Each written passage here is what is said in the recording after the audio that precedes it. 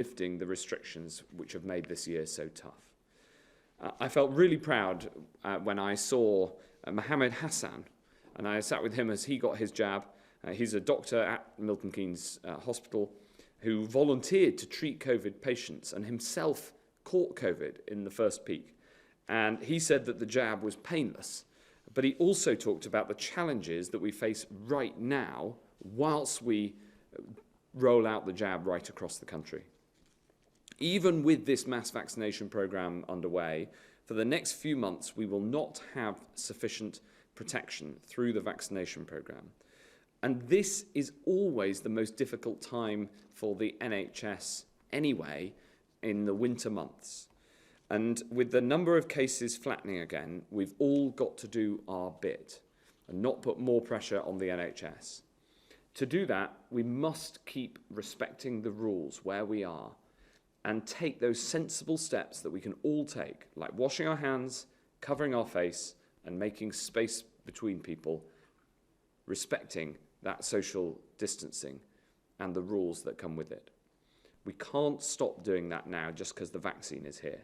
And even if you've had the jab, you're not immune because the vaccine will not fully protect you until 7 days after you've received the second dose. And we don't yet know if it'll stop you from passing on the disease to other people. So we have to all keep acting as if we can still pass it on, and that is the safest way to get the number of cases down and keep people safe. I'm particularly concerned about the number of cases in London, Kent, and Essex. Cases are rising and in many areas already high. Looking into the detail, the testing results and surveys show us that by far the fastest rise is amongst secondary school-aged children, 11 to 18 years old, while the rate amongst adults in London is broadly flat. But we know from experience that a sharp rise in cases in younger people can lead to a rise amongst more vulnerable age groups later. We've seen that happen before. So we need to do everything we can to stop the spread amongst school-age children in London right now. We must not wait until the review, which will take place on the 16th of December. We need to take targeted action immediately. Having spoken to the leaders of London's councils and to the mayor, we've decided to put in place an immediate plan for testing all secondary school-age children in the 7 worst affected boroughs of London, in parts of Essex that border London, and parts of Kent. We want to keep schools open because that's both right for education and right for public health. We're therefore surging mobile testing units, and we'll be working with schools and local authorities to encourage these children and their families to get tested over the coming days. More details will be set out tomorrow. I want to urge all those involved to step forward for the testing. It's important that 11 to 18-year-olds get tested in these boroughs irrespective of whether they have symptoms. And this is a really important point because we know that you can have COVID and you can still pass it on even without symptoms. Around 1 in 3 people with COVID have no symptoms at all, but they can still pass it on to others. And I know that nobody wants to be responsible for endangering those around them. So I urge everybody involved to get a test. We surged testing in Leicester, we surged testing in Liverpool. We know that community testing can work, and it requires a collective spirit of determination and of resilience and of people coming together to do the right thing, something I have confidence that everybody involved will find in the days to come. This sort of community testing deployment is not just available in Kent, Essex and London, where cases are rising, but also across the country to help keep cases coming down where they are. We're now working with over 100 local authorities across England and with the 3 devolved administrations to help get cases down using community testing. This includes Manchester, Kirklees, Lancashire. Lancashire are planning to mobilise community-based testing in their areas before Christmas, as are Manchester and Kirklees. And this offer remains available all across the UK to be done in partnership with local authorities and devolved administrations. We can deploy this sort of massive testing because of the work that NHS Test and Trace have done so effectively to build our vast testing capacity. Our new NHS Test and Trace business plan, which we've published today, sets out how we'll grow this yet further.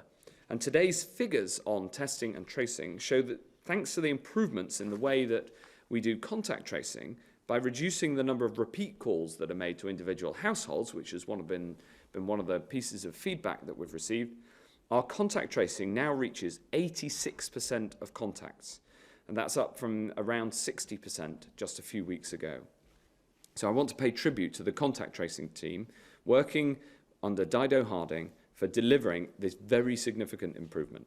And from today, I can confirm that people instructed to isolate by the COVID-19 app and are eligible can claim the £500 test and trace support payment directly through the app too. Even as we work to overcome these challenges, I'm determined that we also lose no time in modernising our hospitals. So today I can also announce 1,800 projects which are being funded from the £600 million package to upgrade and refurbish hospitals across 178 NHS trusts this year. This will include projects for fixing roofs, for new MRI machines, and these projects that will be completed over the winter period will make a real difference for staff and patients alike and help the NHS to build back better. These announcements that I'm making today show just what a massive effort is needed every day to tackle coronavirus, even with the vaccine on the horizon. I'm very grateful to all those working in schools, in local authorities, delivering the vaccine rollout, our pharmacists, NHS Test and Trace, and the Hospital Improvement Programme for all the efforts that they need to deliver on all of this. It shows that every part of our NHS, from GP surgeries to hospitals, every part of government, local and national, is all playing its part in the battle against this virus. We've got to remember in this battle that we're all on the same side. And especially with Christmas coming, there's something that we can all do, which is to respect the rules, and all of us at all times do all that we can to stop the spread of the virus. This is a marathon, not a sprint. We've got to keep going. The finish line is in sight, and I know together we can get there. We're now going to go straight to questions from the public and then questions from the media to Professor Whitty, Professor Powis, and myself. First, if we turn to Phil, who is coming by video from South London. Good afternoon. What are the exit criteria that will see the end of the tier system? If it is vaccination, what percentage of the community or population need to be vaccinated for us to exit the tiers? Thank you. Thanks, Phil. This is a great question, and it's one I'm asked a lot. So I will try to answer it at high level and then turn to the Chief Medical Officer for more detail. The simple answer, Phil, is that we will keep looking at the 5 indicators that we have for deciding on which tiers areas need to go into. And whilst we roll out the vaccine, we'll look at the impact of people having been vaccinated, the impact that has on reducing the number of hospitalisations, the number of cases in the over 60s, the positivity in the testing, and the trajectory of all those indicators. Because it's by reducing the number of people in hospital and by reducing the number of people who die from coronavirus that the vaccine will help us to get out of this.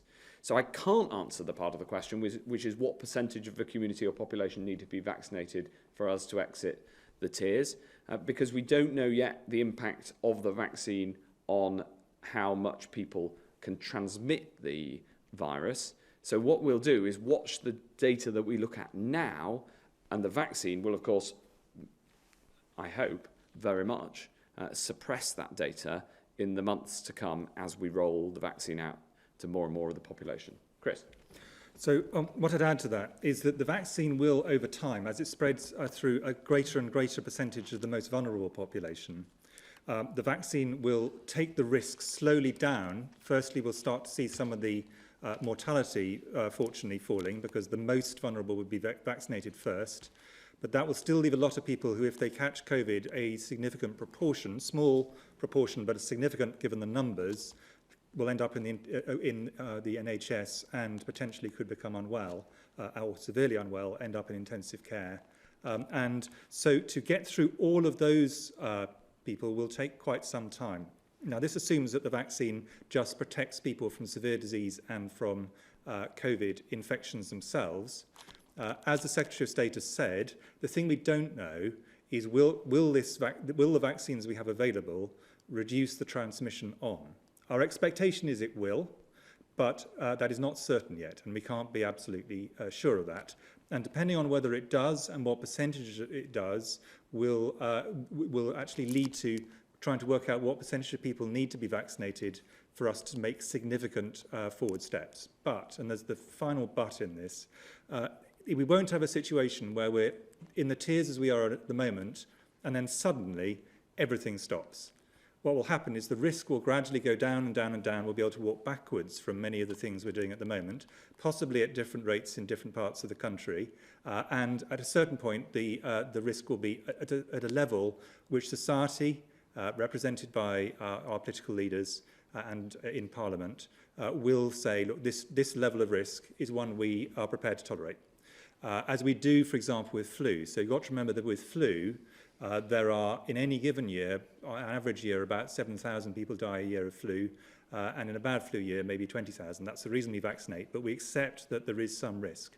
At the end of this, there will be some risk, but we'll have brought it down to a level where the mortality rates are much lower, where there isn't the risk of the NHS being overwhelmed, and when people feel, look, this is probably the right moment to actually take them right down to very, very low levels in terms of the restrictions we've got. But it'll be a gradual process, not a sudden process.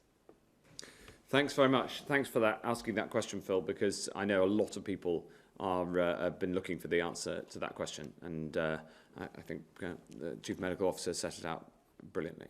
The next question is from Kate from Dudley. And Kate asked, New Year's Eve is a special time for some people as much as Christmas is. Will we be able to spend it with our close family members? Well, Kate, the answer to the question is yes, if you live with them in your household, but we are not bringing in a special set of rules for New Year as we have for Christmas. I know this has been such a tough year for so many of us, 2020, and so we've brought in the rules around Christmas to make sure that people have that opportunity to be able to see some members of their family who they haven't been able to all year. But we've got to be careful, and let's not blow it, especially with the vaccine on the horizon. And let's make sure that we all take the actions we need to look after other people and to look after especially those who are vulnerable to the disease over Christmas. And we therefore haven't put in place a specific set of rules for New Year or indeed for lots of other holidays that you know, and special occasions throughout this crisis, just for Christmas. So I know that that's frustrating, but unfortunately it's necessary to keep the virus under control. I don't know whether you want to add anything. Thanks very much. We'll now turn to Hugh Pym from the BBC. Thank you very much, Secretary of State. A question for you and Professor Chris Whitty first. How concerned are you about this increase in cases in the southeast, which relate back to infections a week or so ago when lockdown was still in place or just ending? And how likely is it that you'll move London and Essex into the top tier, top three, when you carry out your review next week? Thanks, Hugh. Well, in answer to the second part of the question, we'll look at the data, the most up-to-date data we have on the 16th, so next Wednesday.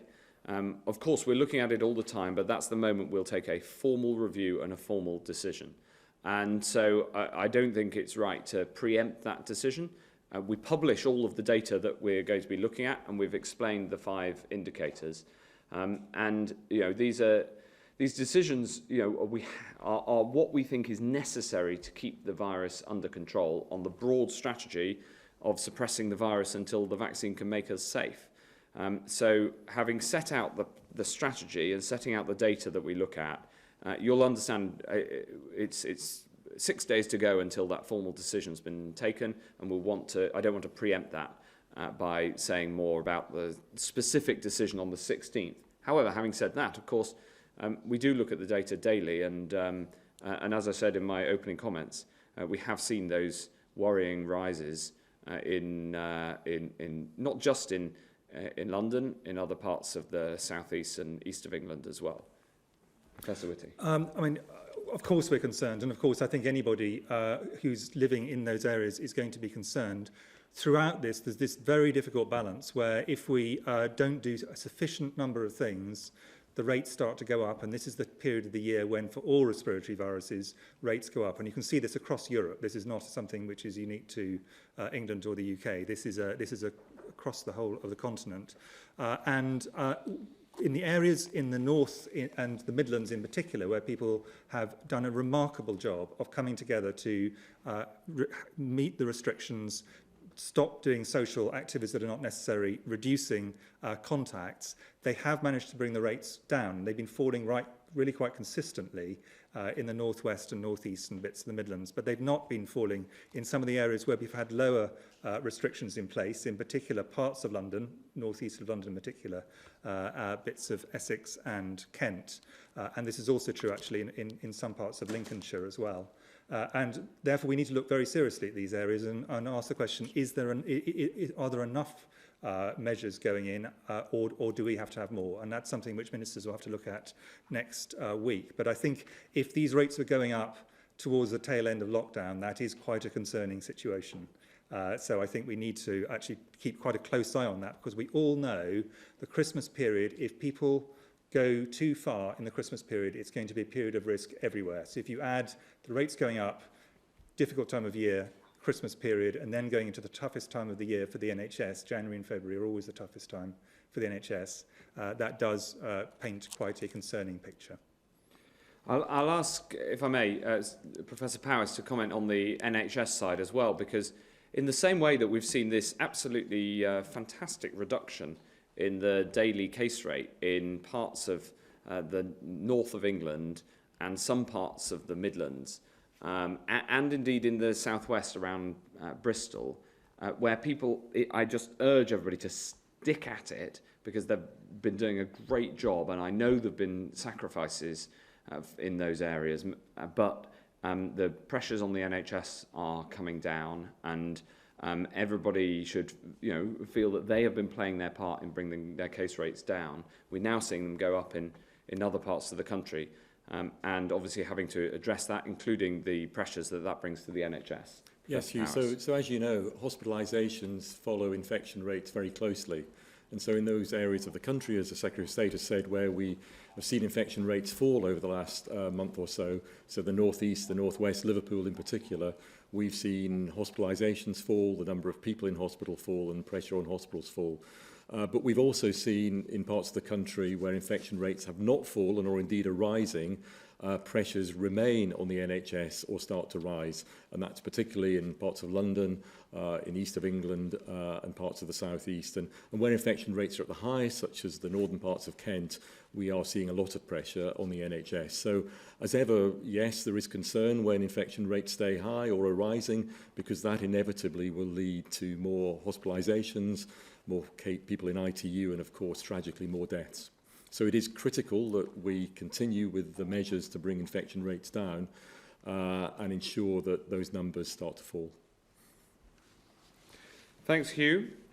Next question from Tom Clark at ITV. Tom. Hi, thank you, Secretary of State. Given what we've just heard from Professor Whitty, is it not inevitable that we're going to see a dangerous third wave in cases now?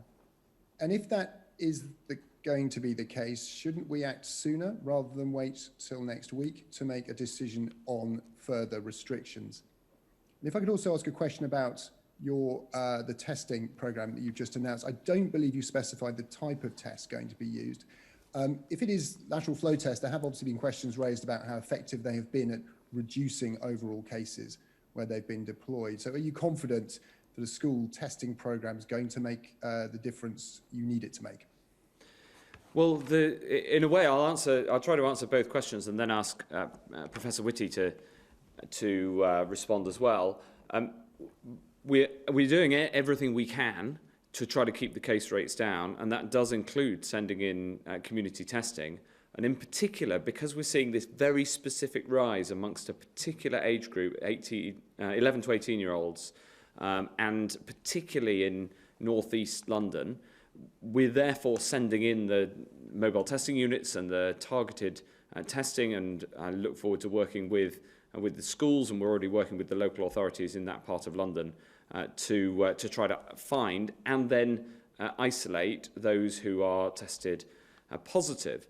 And that can help us and can play a part in keeping case rates down, but only as part of an overall package where it's individuals' behaviour that can make the biggest difference to keeping case rates down.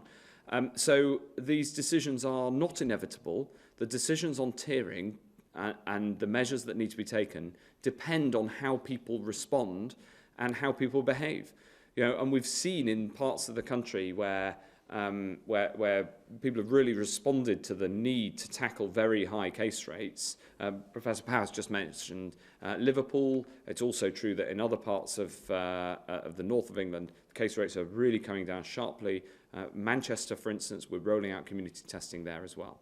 And on the specific types of testing you asked about, in the first instance, we'll be using PCR tests in London because the mobile units are ready to roll, and we'll also be rolling out lateral flow tests. They're both effective.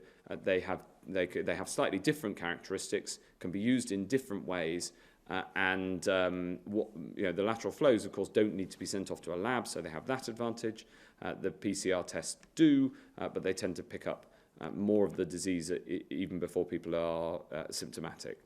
So we'll be using a combination, but in the first instance, what we'll be doing this week and next week in northeast London is largely with the lab-based PCR tests. CMO. I just really reiterate the point that a third wave is not inevitable. But it is the way that we prevent it is by everybody, all of us, coming together and actually deciding we want to try and stick to the guidance that's there, and accept that Christmas is a period when we can do things. That's the reason why the rules have been relaxed. That doesn't mean we should do things. People should really be very, very sensible over that period and over this whole period at risk, because this is a very risky period for us, but it is definitely not inevitable that things will get substantially worse. That's something we need to all work together on. On testing, I think that as you imply, the key question is not just testing, it's how they're then used and how people respond to them.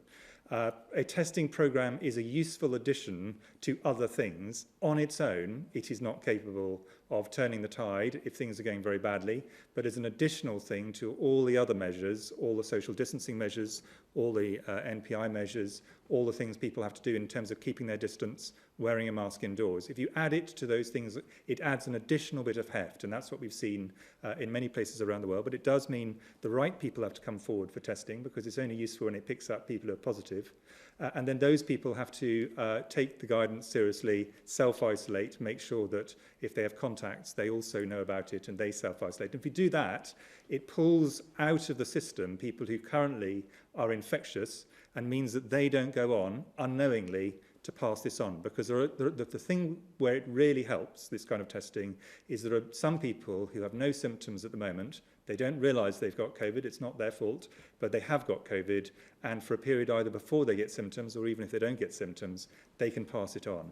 And what the testing can do is it can say, look, you feel fine, that's good, but actually you've got this virus, and please isolate, because if you isolate for a period of time, that protects everyone around you, and then everyone they go on to meet. It helps break a chain of transmission. So testing is very useful, but only if people then act on the results. Thanks very much. Next question from Victoria MacDonald at Channel 4. Thank you, Secretary of State. Today we have seen the publication of the interim findings of the Ockenden review into the maternity care at Shrewsbury and Telford NHS Trust. It makes for a very painful read, but equally importantly, it calls for immediate action in maternity units across England. Will you personally will you personally agree that these need to be acted on immediately? Yes, the Ockenden report is shocking reading, and we've already taken the actions that were proposed in an earlier part of the report, and we'll of course study the proposals that have been made in the report very, very closely. I'll ask Steve Powis to set out more details, and I know how closely the NHS has been monitoring this to make sure that we take the actions that are needed to make sure that maternity services are safe. Thank you, Victoria. Yes, and I too welcome Donna Ockenden's report that was published today. I know just how painful and harrowing it has been for all the families who have suffered from the shortcomings in maternity care at that trust. And clearly offer my sympathy to all of them. I met some of the families last year, and that meeting really moved me and really affected me, and I understand just what they have gone through. Although it's of course impossible for anybody who's not been affected to know exactly what they've gone through, I should say that. But I think, as Donna said in the report, there are two things predominantly that they want out of this. Firstly is to understand what went wrong, and then secondly to ensure that the learning from what went wrong can be acted upon. And I do hope that Donna's first report today goes some way towards answering those two questions, although clearly she has more work to do, and will publish a final report next week. And yes, I do think it is very important that the recommendations for the Trust are acted upon immediately, and I know the Trust has been working hard to improve maternity services, but they have further work to do. There are also 7 recommendations for the wider system when it comes to maternity care, and at NHS England, NHS Improvement, we have been working on those already. We haven't waited for the report, but clearly there is more work to be done as well. So I think this is an important step. But clearly we now need to act on those recommendations. Thank you very much. The next question is from Rajiv Sayal at The Guardian. Rajiv. Hello, Secretary of State. This question for you. Your former neighbour, Alex Bourne, is supplying millions of test tubes for NHS COVID-19 test kits after sending you a personal WhatsApp message offering his services. Did you discuss Mr. Bourne's offer of help with anyone in your office or your department? And if so, would you be prepared to release any of your communications with Mr. Bourne? Thank you. Thank you. I've read about this in The Guardian. I had absolutely nothing to do with that contract. What I'd say more broadly is that I'm very pleased that so many people came forward during the spring of this year, when we really needed, the nation really needed the support of huge numbers of people, whether they came forward to supply PPE or in this case to supply some of the supplies that go into the testing kits. And I'm very grateful to all of them. And but I'm afraid I can't answer any more than to say that I had nothing to do with this particular contract at all. Thanks very much. The next question is from Dominic Yateman at the Metro. Hello, Health Secretary. If, as seems possible, the failure to reach a Brexit agreement means Britons are banned from travelling to Europe under their coronavirus regulations from January the 1st, will Britain reciprocate, and what bearing would that have on infection rates? And secondly, if I may, Dr. Emily McWhirter of the Royal College of Nursing told MPs today that at the height of the crisis, PPE was routinely relabelled with new use-by dates. Much had rotted in its boxes, and she herself opened a crate of gowns to find a load of insects creeping out. would you like to apologise to frontline staff for what they had to work with? Well, firstly, on the international travel question, we make judgments and decisions on what international travel can be recommended and how many people, and from what countries or parts of countries you have to quarantine based on public health advice. That's the approach that we have, and that's the approach that we'll be sticking to. On the second question about PPE, look, there was a massive effort, as in fact the previous question implied, there was a massive effort involving a huge number of people, including the RCN actually, who did brilliant work coming forward and helping to ensure that we could get the PPE supplies that we needed. And I'm really, really pleased that so many people contributed and there was never a national outage of PPE. Now, that doesn't mean that it wasn't difficult at times, and there were undoubtedly challenges. But we had to move heaven and earth to deliver the amount of PPE that we did to the system. And now, I'm glad to say, we have over 30 billion items of PPE. And we've also developed the domestic manufacture so that we won't be reliant on getting it in from abroad so much in the future. And a very significant proportion of the future supplies of PPE, for instance, the sort of gowns that you mentioned, can be manufactured domestically to make sure that we're in a much better place for any future crisis like this one. The final question is from Stefan Bosker at City AM. Stefan. Thank you, Secretary of State. Is there any plans at the moment to reopen the Nightingale Hospital at the Excel Centre, considering London's surging COVID rates? And secondly, is there any point in putting London's hospitality sector in Tier 3 for what would be just 4 days in the lead up to the Christmas period, considering the damage that this would have on a sector that's already on its knees? Well, obviously, I understand the impact of the decisions that we make and the tiering decisions that we make on different sectors of the economy. But we have to make them in order to keep the virus under control. And we've all seen the consequences of what happens if the virus gets out of control in other countries. Thankfully here, we've protected the NHS all the way through, so the NHS has always been there for you if you've needed it, and that's been absolutely at the heart of our goals. I'll ask Professor Powis to explain what's happening in London to make sure that the NHS in London can deal with the pressures that it's under. But that's the approach that we take. And look, I get it from the point of view of the hospitality sector. Of course I do. The Christmas rules specifically don't actually affect the approach to the hospitality sector. They're about who you can meet up with in your own home.